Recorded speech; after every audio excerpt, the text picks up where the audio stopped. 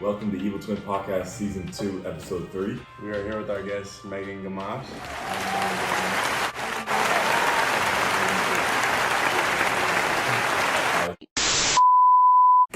Damn, that's evil, twin. That mean we evil then.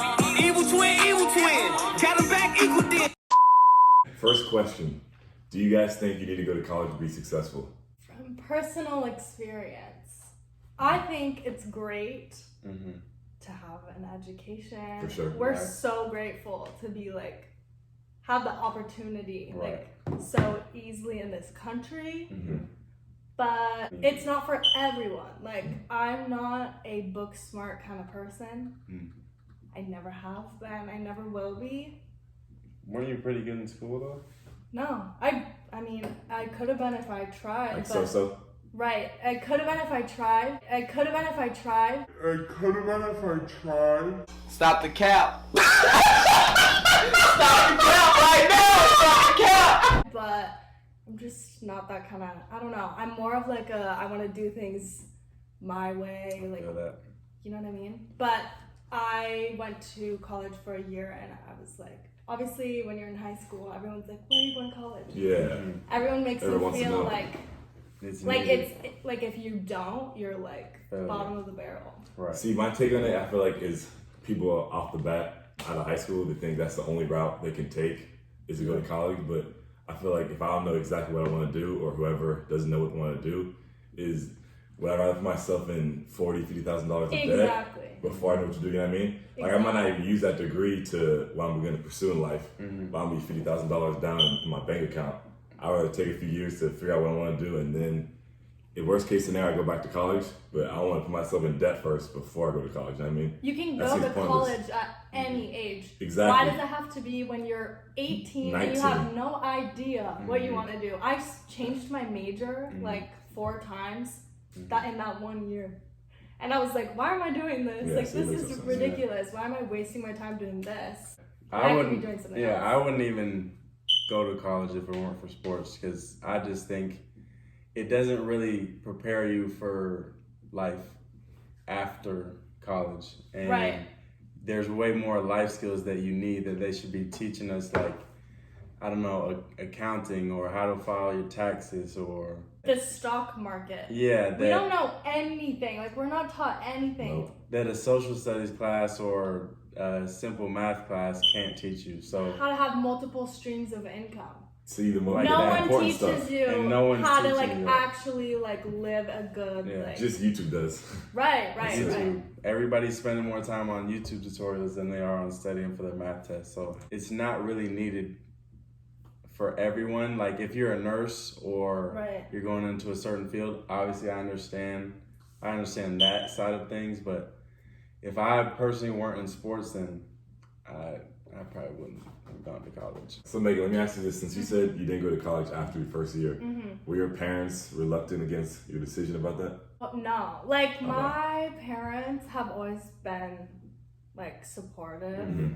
No matter what you do. Yeah, because they just know my whole family kind of just knows that I'm not super conventional and I always do things Different. a little weird. But I don't think it was a shocker. Right. I stopped going and I just got a random nanny job and I was like, you know what?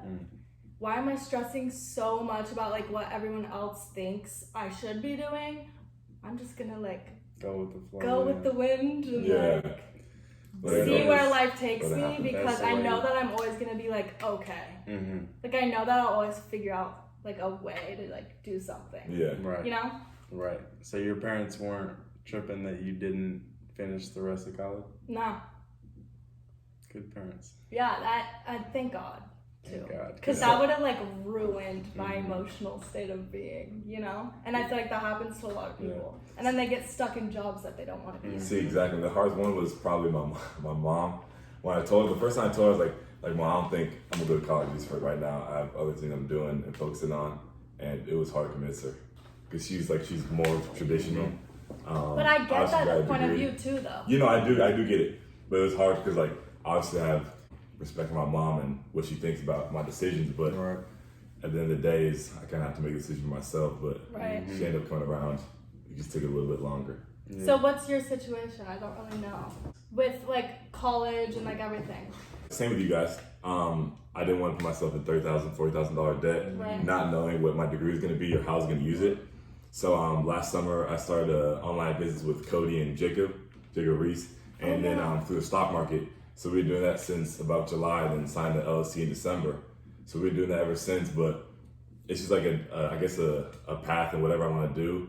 I'd rather like try something out, trial and error versus sit in the classroom. Yeah. And I always feel like at the same time too, if I'm only 22 and say everything fails and I gotta restart, it's like at the end of the day, I'm still young, I have time to remake and change my ways. You gotta learn stuff when you're young. You gotta try stuff when you're young, because if you don't, when you like have a family and all this shit, like, you're not gonna have the same capabilities of trying things. When you're old, you're not gonna know nothing to do. Nothing to change. And I feel like the way me and Isaiah were raised, kind of the similar way, just having like an entrepreneur type mindset and not setting yourself up to be able to not have to work a 9 to 5 for the rest of your days. So just building things now, and no matter how long it takes, just focusing on every day, what can I do to set myself up so that I don't have to just slave away the rest of my life. Just right. That type of mindset. I think like our generation especially has a different mindset than like the past generations. Like I feel like we're so much more like open-minded, and we're also like achieving things way quicker because we have an open mindset. Like we go into things like not thinking that there's gonna be like restrictions. Like we just like do it. Yeah, for sure. Right. And I also feel like we have a few more opportunities with like social media and how the whole internet works. I feel we have a better chance to do stuff we actually want to do for the rest of our lives versus like back in the 90s when they didn't have the resources we did. All right, we're gonna get into some hot takes. Tell us your worst night out. This is a traumatizing story. Let's hear it. Me and my best friends used to go to Venice Beach, California every summer. This one night, I happened to be fifth wheeling. They both had a guy, and I was, the odd one out. So they're like skinny dipping on the beach, it's like having a great time, grand old time. I'm like sitting in one of those like lifeguard towers, crying. Like literally, like, why am I always the one that's like fifth wheeling? I'm like having like a moment where I'm like, why is this always happening to me? This is like a trend. And I'm like, I think I'm great. Like, why does this always happen?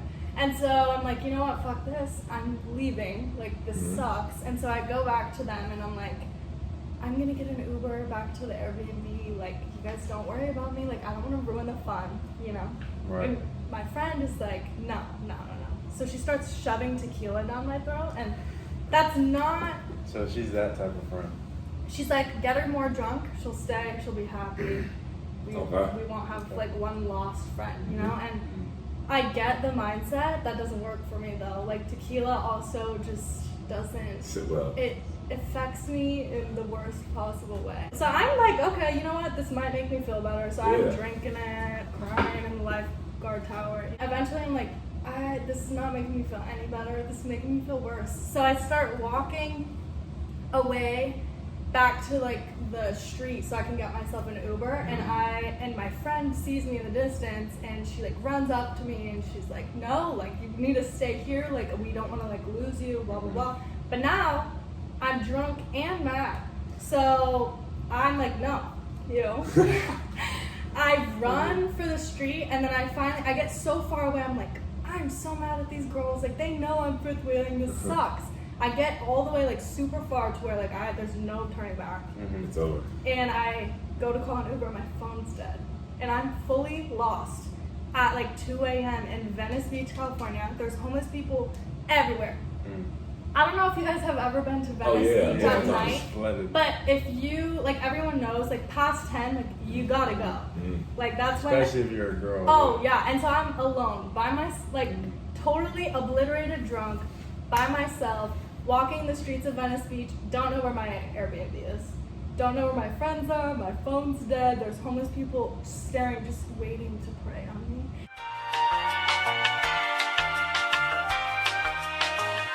And so I'm walking. Okay. I'm kind of starting to cry. I'm like, I don't know what to do right now. So I'm like, you know what? I'm just gonna pretend like I'm talking on the phone. I feel like that's the safest thing to do. Your phone's dead, yeah. Right, yeah, my phone's dead. But if I'm pretending, that might... It looks a little better. Someone's not gonna kidnap me, maybe.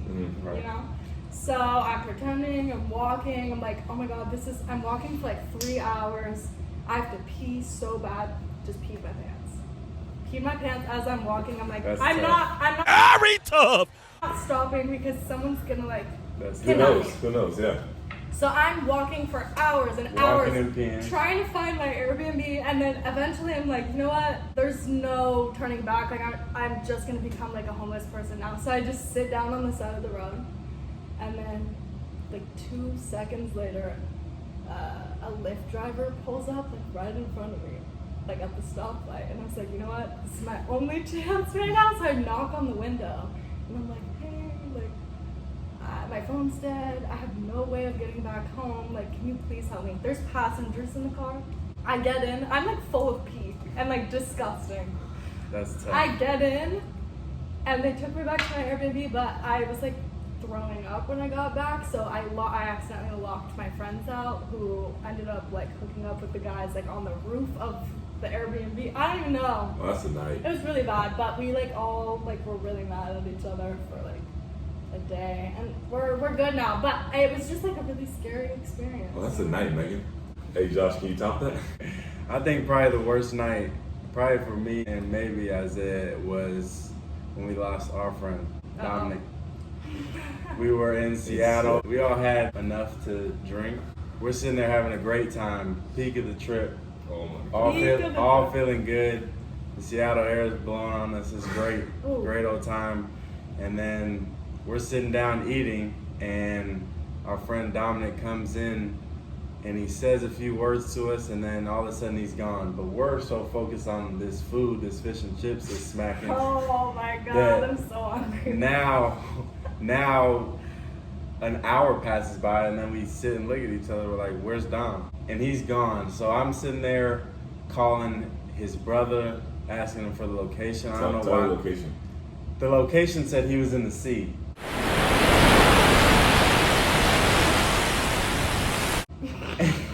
So he was in the ocean. So I'm thinking like, did he just, the fish and chips didn't taste good enough, so he just jumped in? He had to go catch a fresh one. I was freaking out. I didn't know what happened. So I'm sitting there calling. I said, if 5 more minutes pass by and we don't find him, I'm calling 911. So we go all the way back to our place. We don't find him. We take what's it called? Birds. We took birds. The walk back's long. We took a walk back 20 minutes uphill. Our calves are burning. We're sitting there mad. Like, why'd this happen? We're having such a great time. And then all of a sudden we're driving by, and we ask a security guard, we're like, "Where's Dom?" We said, "Where's Dom?" Like, we didn't say where's Dom. I think I remember saying, "Hey, did you see a long-haired kid walking by? Yeah, he looks similar to Tarzan, and he's wearing a Sonics jersey." They said, "Oh yeah, we saw him headed. We saw him headed eastbound." I said, "Isaiah, I think we found him." So we're riding our little scooters, and all of a sudden we see Dom. He's stumbling. He just walk in the middle. He can't even hold his feet up. This is funnier when you know Dom. But listen, he looks back at Josh and I and says, "Where have you guys been?" He said, "Where have you been?" I said, "Looking for you." I said, "I was about to call your mom, 911. I said, "Where have you been?" He said, "I was asleep in a restaurant for the past hour. Oh, they kicked me out, said I couldn't sleep in here." I said, "I know you can't, man. It said you were at the sea." I said, "We thought we lost you for real. Don't ever do that again." You were in the sea. Long story short, from that day on, we have our location shared. Okay, as you should. Yeah. What is the worst thing, Isaiah, you've ever said to a girl? What's the worst thing you've ever said to a guy? Never curse a girl out. The worst How thing? about the worst thing that a girl has said to you? Or that? Because same, like, I haven't really said it. Yeah, I haven't said no. I'm not a vulgar guy. Even in relationships or anything? No, like, if you say shit to me, I'm leaving. I'm not gonna lie. I don't know if a girl's called me like a name. I'm trying to think. It's really just actions. I've never had like a toxic, like verbally, like abusive. But you have had toxic. But actions. like emotionally, honey, yeah. Do you want to shed a little bit of light on that? I mean, you don't have to. Okay, I think this is a good topic. Okay. Can we? This is a great topic. Our generation. How the hell are we supposed to have real relationships? Because we are the first generation that has grown up with social media. Amen. Like since birth. no one, Yeah. no one can, like, we're the test group right now. Like it's really odd, and I don't see it being the same as it always has been. Like I think social structures were way different back then. Like you had to get married. You had to have kids. You early too. You had to be in a good committed relationship, and the image had to be there. But these days, it's like a free for all. Social media runs like everything. you really don't know what you're gonna get. People aren't upfront with what they want. It's just so different. What do you guys think about that? Like as guys, because as a girl, it's fucking tough. Like I don't know how to navigate. See, I feel like with certain girls, like they can have a lot of followers and still be genuine. But sometimes, at least from my point of view, sometimes when you start getting 10, 20, 30K, the whole mindset changes. You know what I mean? Okay, but what's the deal with like Instagram girls? What's the deal with Instagram? I just been with shaking followers? my head the whole time because everything you said, you hit it spot on. It's hard to, especially with this generation. I feel like it's not really the traditional way of dating. Agreed. And Agreed. it's so easy to cheat. It's so easy to message someone else. It's so easy to be assumed of cheating and totally. distracted. But it's easy to open your Instagram feed and be attracted to someone else that you're just seeing on your Instagram feed. So as a woman or like as a guy, like if you feel insecure about that, like where's the line? Like, do you make your significant other unfollow people, or do you feel secure, or do you ever really know if someone is being faithful to you these days? I think to a certain extent, you have to be willing to abide to not the rules, but like if your significant other feels uncomfortable about a certain thing, you should try to abide to those rules as much as you can. But at a certain point, it's like you have to be able to trust that person, and you can't make them feel crazy. Oh, you're looking at this person. Like it's inevitable. You're gonna see it. It's social media. Unless you don't have the app, you're gonna see it. So I think it stems back to the trust between you and your significant other. A lot of that will help you guys feel secure when, okay, I know he's looking at this girl, but he still is mine. You know what I'm saying? And vice versa, I'm still his. So it doesn't matter what we see. There's temptations. You can think other people look good, but it's like, that's not what I want. How do you feel about, like, if you're dating a girl and she's following like all these dudes? What do you think about that? Because as like for me, if I see a possibility with someone, I automatically will go to their Instagram and look at who they're following. And if they're following a bunch of like bitches with fat asses, All I wanna do is on my zoom, zoom, zoom, and a boom, boom.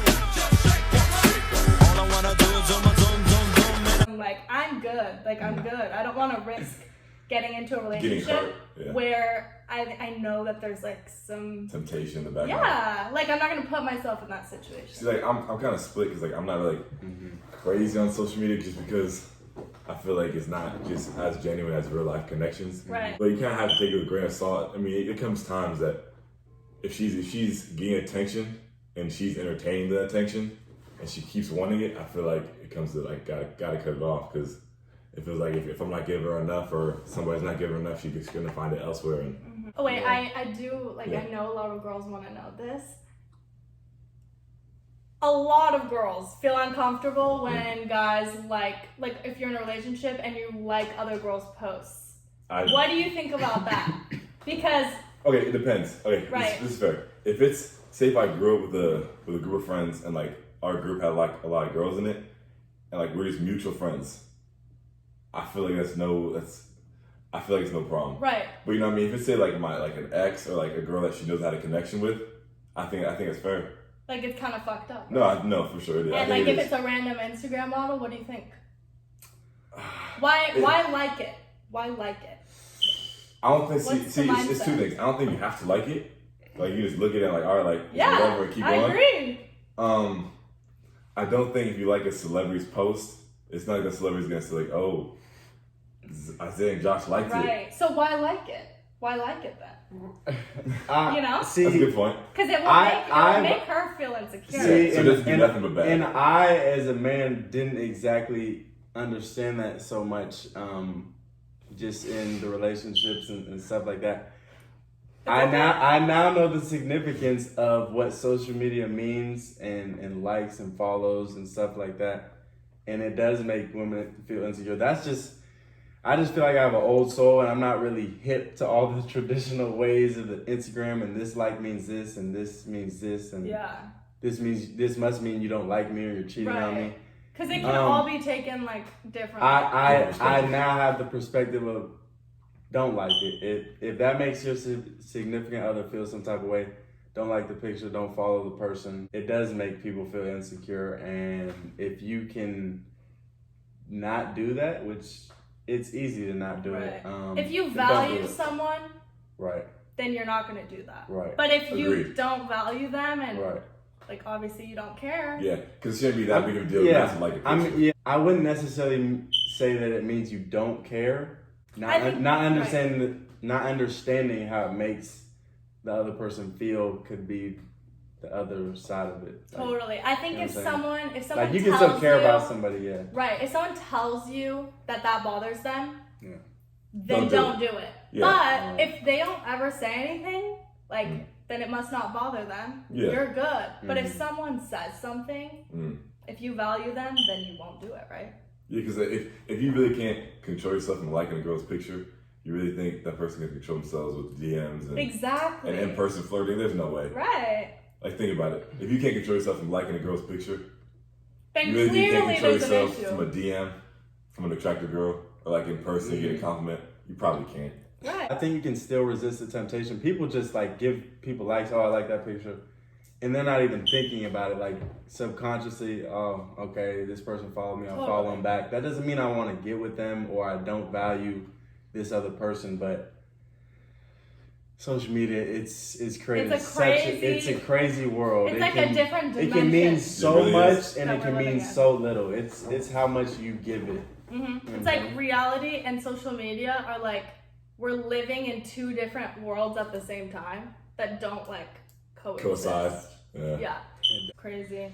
But that's a good question. I feel like a lot of girls struggle with that. No, a lot of girls. Easily. What's something that pops up as a reoccurring problem in relationships that you want to work on? This is fresh in your mind, so I'm gonna go first. Like something in each relationship that you can pinpoint and be like, why does this problem always pop up? I guess it's kind of an ongoing thing. It's just insecurities. And two people bring this to the relationship. I think that you have to work on yourself as an individual to be happy in the relationship. Because if you're not happy with yourself, then you can't make someone happy. And I think I've tried in the past to make someone happy, but if they're not happy with themselves, then it's impossible. It's impossible. Totally. You can't change people. You can't change people. Maybe staying true to myself and just realizing that you can't make someone else happy. You're gonna find yourself stressed out and trying to complete a task that can never be achieved. Like, you have your own happiness and then they have to have theirs, and then when two people bring it together, that's a healthy relationship. That's healthy, yeah. Yeah, that's a good answer. I haven't obviously been like in a heavy relationship, but kind of piggybacking off what Josh said, I feel like you really gotta be happy with yourself before you even get a relationship, because I feel like some people think that the missing part within themselves is finding someone to make them happy. They want to find like, oh, I'm not fully complete yet. Let me find my spouse. Let me find my significant other. But in reality, like, you do that, the only thing you're gonna do is probably make the other person worse about themselves, or make the whole situation worse in total. So I really feel like once you find yourself, then you can actually bring the best form of yourself to the next person. Totally. It does like tie in with like insecurity, but like obviously when you grow up when your parents are divorced, I think both of your guys' parents are together. Yes. my dad lives in a different fucking country, and my mom like moved here, and so I always would like go back and forth. But like when you don't have a great example of a man, you don't know really what to expect in a relationship, and it's always been hard for me to like be vulnerable with people and trust people. I don't trust people, and so and I'm not going to be in a relationship with anyone until I can trust people again. So I got to work on that like for myself. That's the same problem I have. I think I put a lot of those problems onto other people and not trusting people just because I'm already closed off as it is, and it takes a while for me to be vulnerable, if that's the word you want to use. And if I am vulnerable with you and you break my trust, all it takes is one time, and then it's like it's hard. So you gotta like I'm still recovering, you know, like it's and then that might mean that I might break your trust, and then it just goes there you back go. and It's forth. like a cycle. And it's a cycle, and I think the moment you can stop that and just be like, okay, listen, communication is a huge part of things. Like, this is how I'm feeling, this is the way I did this, I shouldn't have done this, how do you feel about this, how does this make you feel? Just communication, huge. I think it's huge. What kind of person do you guys think other people view you as? Like, I hope it's good. I've done like a really good job always of like, if there's like I have a good connection with everyone and I want to keep it that way, and if I don't vibe with someone, I'm just gonna move on with my life. I'm not gonna keep going. But I feel like I've always done a good job of if there's like a kid sitting by himself in the corner of the room, like I'm going to befriend you, and like you will remember me as like a nice person, and I just want to spread you left like a good mark on them. Right, like I want everyone that I've met to be like, oh, she was great, like she was genuine. So I hope that that's what I give off. I hope I'm self-aware enough. Yeah. I don't know. Yeah. that's the vibe you give to us. Oh God. Just genuine, just good. Oh God. Yeah, I would hope that, I think people view me as a genuine person, just always looking to do good and have the best interest for people, because I really think just the way I was raised, I do have a good heart. Not saying I'm mistake-free, but if people do right by me, I try to do right by others. I hope people just view me as a very morally oriented person. Just have my head on straight. Okay. You know what I'm saying? Just have the best interest for others. Like you're not trying to hurt anyone. That's never the intention. Right. And things happen. Life. You gotta learn your lessons. You have to learn lessons, but I would say I'm very, very genuine. I would hope people view me as a good soul. Yeah. You know what I'm saying? Yeah. Well, guys, that sums up season 2, episode 3 of Evil Twin Podcast. Thank you, Meagan, for coming out. Appreciate that. And then until next time. Oh, you want to get a last one? This me, I'm the same nigga. Don't let this fame trick you. Don't let this flame hit you. Don't let that name get you in a hospital off some painkillers.